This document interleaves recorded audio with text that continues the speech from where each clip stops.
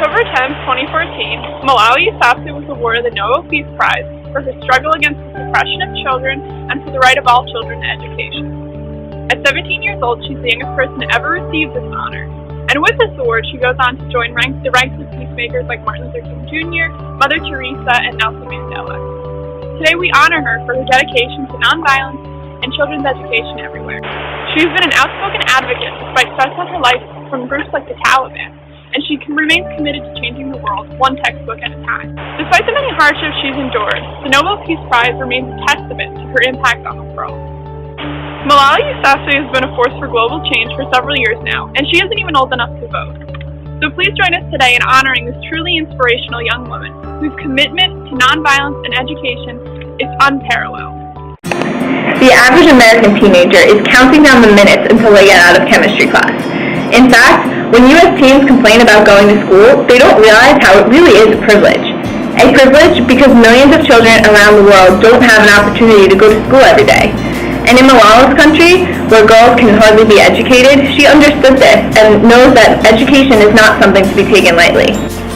Almost 2 years after her attempted assassination, Malala was focusing on a chemistry experiment when she received the life-changing news. She'd become the world's youngest Nobel Peace Prize winner.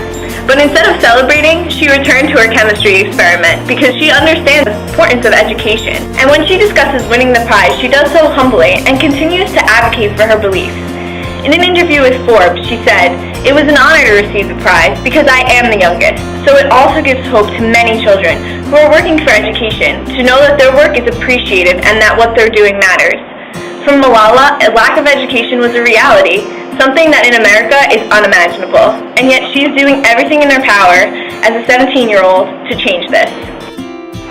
Malala was born in Mangora, Pakistan in the Swat Valley region. This formerly peaceful and desirable region to live became hostile after the Taliban took over. They banned music, TV, and they put restrictions on women's education. The threat the Taliban imposed did not stop Malala, only 11 years old at the time, from writing a blog for BBC News about the struggle she faced to receive an education. She even filmed a documentary for the New York Times. In 2011, she won Pakistan's first ever National Youth Peace Prize.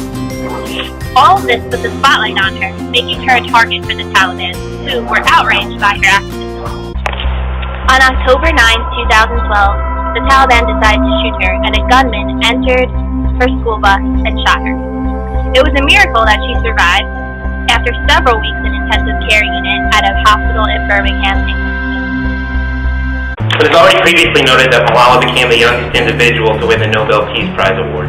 She has also met with public officials during a United Nations address. She has also personally asked President Obama to send books instead of soldiers and pens instead of weapons to her hometown of Pakistan. As a result, the United States has promised to send $7.5 million to Pakistan for educational purposes over the next 5 years. In addition, Pakistan has also promised to double its funding for educational purposes as well. Millions, if not billions of dollars have been raised through her international funding campaign known as the Malala Fund. What's even more amazing is that these humanitarian efforts are being conducted even as her life is still being threatened by the Pakistani Taliban. Malala is an individual, a single individual, affecting change throughout the country. As Gandhi would have put it, Malala has become the change she wishes to see in the world.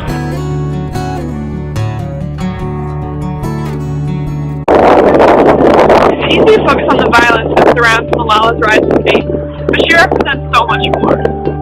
As she eloquently noted, "I don't want to be remembered as the girl who got shot. I want to be remembered as the girl who lived."